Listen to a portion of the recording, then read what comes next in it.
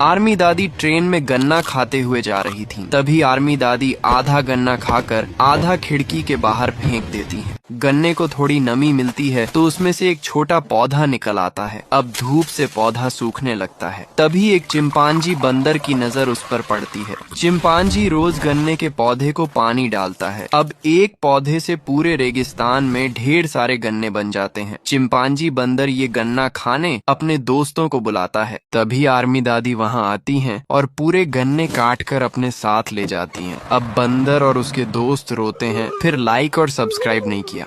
समुंदर की ठंडी हवा में लेडी कैप्टन अपना बड़ा जहाज आराम से आगे बढ़ा रही थी। ऊपर यात्री गरम मूंगफली खाकर धूप का मजा ले रहे थे। तभी उसका नटखट पोता नीचे क्रू के रहने वाले हिस्से में घुस गया और वहां रखे ऑटो वेंट टर्नर को खिलौना समझकर घुमाने लगा। टर्नर घूमते ही जहाज के अंदर हवा का दबाव उल्टा पड़ गया और शिप के गलियारे सीटी की तरह आवाज करने लगे। अचानक जहाज हल्का उछलने लगा। यात्री सामान पकड़कर इधर उधर संभलते फिरने लगे और डेक पर बेचैनी फैल गई। उसी वक्त एक तगड़ा इंजीनियर तेजी से दौड़ता हुआ आया। मैन वेंट कंट्रोल खोलकर पूरा सिस्टम सीधा कर दिया। कुछ ही पलों में जहाज स्थिर हो गया और सबने राहत की लंबी सांस लेते हुए इंजीनियर के लिए तालियां बजते फिर इको टून्स को लाइक और सब्सक्राइब नहीं किया।